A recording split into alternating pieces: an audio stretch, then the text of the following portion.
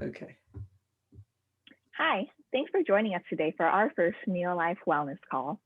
Since we haven't been able to gather in person over the past year for events due to obvious reasons, NeoLife wanted to find new ways to connect and share information. I'm Christina, part of the product team, excited to be here with Dr. Susan Beck today. Hi, Susan. Hi, Christina. Hi, everyone. It's really nice to be here. Thanks. Good to have you. And we're here today to talk about stress and sleep. And most people are experiencing a lot more stress during these times. So we wanted to just talk a bit about stress and maybe discuss some tools and techniques to manage it. So to start with, Susan, what exactly is stress? Well, stress is your body's reaction to any physical or psychological challenge. It can cause the body to go out of homeostasis, which is a steady, balanced, optimal state of being. People experience stress as a physical threat, like you almost got into a car accident on the way to work, or it can be psychological, like you're worried about a deadline at work or a test at school, or finances, or kids, or the pandemic. It can be anything. Well, it sounds like there's a lot of reasons to be stressed. So Yeah. what does that stress do to your body? Well, stress can have a positive effect on our body if it's short lived.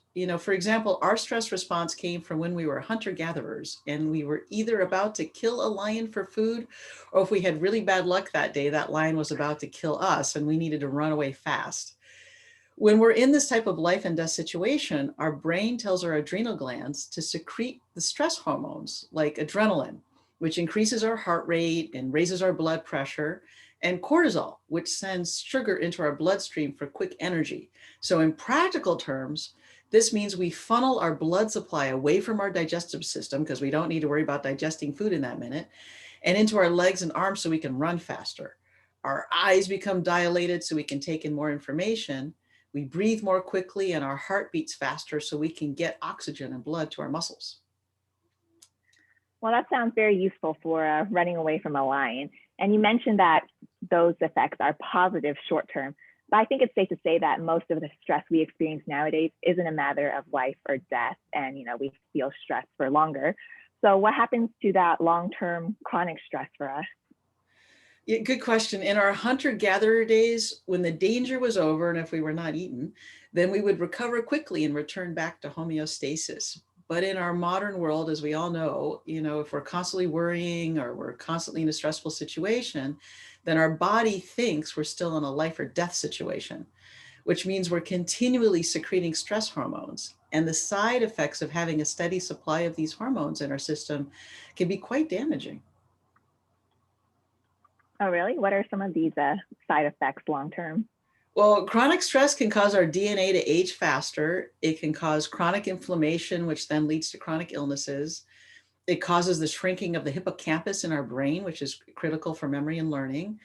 Chronic stress means that we're now at risk for a whole host of chronic illnesses, including high blood pressure, high blood sugar, digestive issues, weight gain, reduced immune function, depression, anxiety. And to make matters worse, we're also at risk of eventually dying from things like heart disease, diabetes, and stroke. And so I know this sounds awful, but there are things we can do to counteract the negative effects of stress. Okay, so if we're not running away from a lion, we want to de-stress. But you hear a lot, about de-stressing techniques. But what works? What has science behind it? Well, there are definitely lots of science backed ways to help us return our mind and body to homeostasis. One of them is progressive relaxation, which is one of my favorites. It's as simple as tensing a group of muscles as you breathe in, hold for 10 seconds, and then breathe out while you relax those muscles. So you can start with your shoulders and your arms and move down to your legs. And by the time you've done this through your whole body, you're really relaxed. And this has been found to be successful for a whole host of stress related disorders like, heart disease or TMJ or migraines. It's also been found to be effective in relieving stress and fatigue in intensive care nurses. And on the flip side, it's been shown to be effective for reducing stress and increasing performance in healthy college athletes. So anybody can use this technique. Well, that actually sounds really simple, and it's amazing that something so simple has so many proven benefits. But you also hear a lot about things like meditation. Does that actually work? Yeah, any type of meditation works. Meditation has been shown to reduce blood pressure, help with anxiety and depression, help with insomnia. But for those of us who don't like to sit that much, which I would include myself in that, if people tell me to sit and meditate, it sort of stresses me out. So what I've found is that moving meditation is actually very helpful, like such as walking or swimming or yoga or qigong. Those work well too. Okay, it's great to hear that there's a lot of different techniques, so people can pick and choose what works for them. Is Exactly. there anything else that you can recommend to help de-stress? Deep breathing, even just taking 5 or 10 deep breaths, that not only reduces the effects of stress, but it actually improves cognitive function. We all know exercise of any type is good, ideally for 30 minutes, 3 to 5 times a week. But a lot of us, if we feel like we have to carve out 30 minutes in our day, that actually causes us to feel stressed out. So what science says is if you can take that 30 minutes and break it into 10-minute segments, that helps too, and it's just as effective. Okay, well, I think it's great. I think we can all carve out 10 minutes at a time to just go out and get a little exercise. Because, I do tend to feel better after I, go outside and take a walk or something. Yeah, absolutely. And in fact, there was studies on us just going into nature for 10 minutes, and just 10 minutes of doing nothing else but going outside will help us feel less stressed and help us feel happier. Hmm. So, are there any other important factors that you would recommend to just, keep stress at a minimum? Well, social support, and obviously this is much harder for all of us during COVID, but even talking on the phone or Zoom or texting can help. Social support structures not only are key to reducing stress, but they're really key to health and longevity. Our pets also count as social support too. Well, that is great to hear because I just got this little cutie at Oh the my end goodness, of so last cute. year. He is Nice. definitely helping me I bet. de-stress.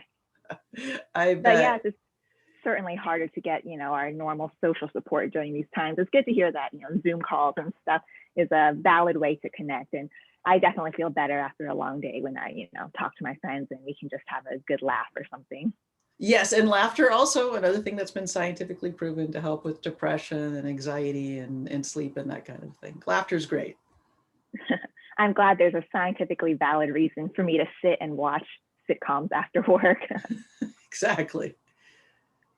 So something that I notice that happens when I get stressed is that my sleep is affected and I just don't sleep as well.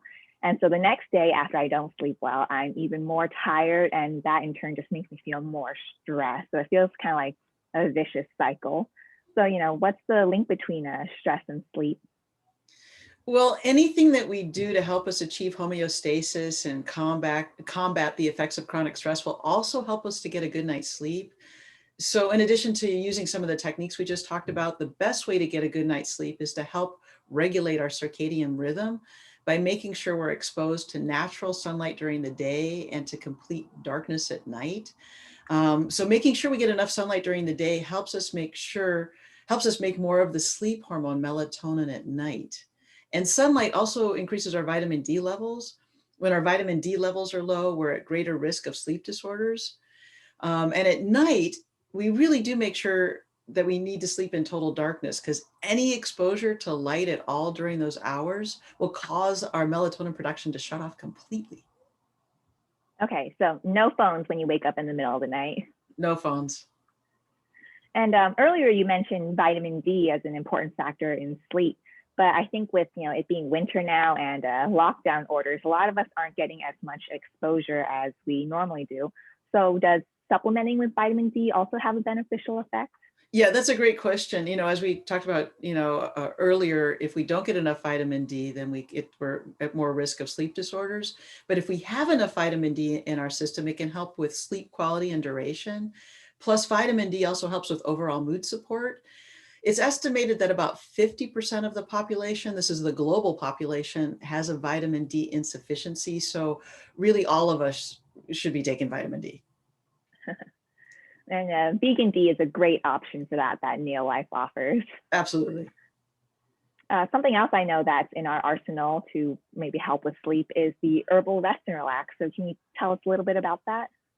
Sure. You know, we all know that if we drink a cup of chamomile tea, that's going to help us relax. Well, our herbal rest and relax blend contains a whole host of herbs, a wide variety of herbs sourced from all over the world.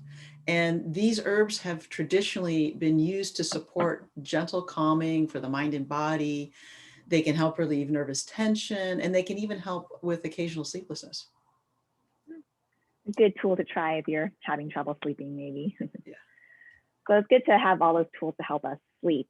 But when I'm stressed out, something that I do is indulge in comfort food, which I know is okay in moderation. But if you eat too much comfort food, I know it's high in a lot of not so good things and maybe low in important nutrients and things.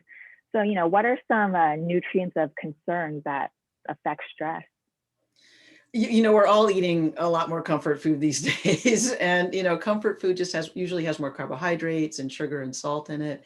And if we're eating more comfort food, we might not be getting the range of vitamins and minerals that can help us with our overall stress and well-being, including, high potency B vitamins, which play a critical role in the health of our nervous system.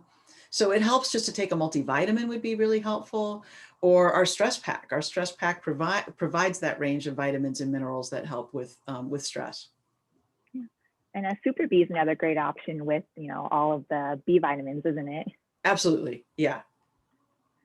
So if you had to pick one more nutrient of concern in relation to stress, what would it be? Oh, one of my favorite supplements is magnesium. Magnesium has been shown to modulate the stress response. And if we take magnesium, it's also been shown to alleviate some of the psychological components of stress. Plus, it helps support muscle and nerve health. So it's by far one of my favorite ones to take. Oh, that reminds me, I haven't taken my magnesium today. Great. I think a lot of people underestimate the importance of proper nutrition as a factor in stress. Yeah, I agree. I mean, just to sum up our talk today, if we start to notice that we're constantly feeling stressed, it's great to try just some of the techniques we talked about, even if it's for only a few minutes a day, or to take time out to call a friend or laugh with your kids or pet your puppy and pay attention, if we pay attention to what we're taking nutritionally, even adding vitamin D or our stress pack or magnesium will go a long way in reducing the effects of stress and in helping us stay healthy for a long time. Yeah, it sounds like we learned a lot of techniques to attack stress from multiple angles, the nutrition angle and, techniques to just de-stress in general. So thank you for sharing all that with us today, Susan. I think we've all learned a lot. It's been really fun to be here and to talk with you, Christina, and I love seeing your puppy. I show him off every chance I get. I can And see why. He's adorable. He's well, thank you adorable. to everyone. Thank you to everyone for joining us today for our first NeoLife Wellness call. And we hope you learned something useful, and we hope that you tune in next time. Thanks, everybody. It's been really nice to be here. Bye. Bye.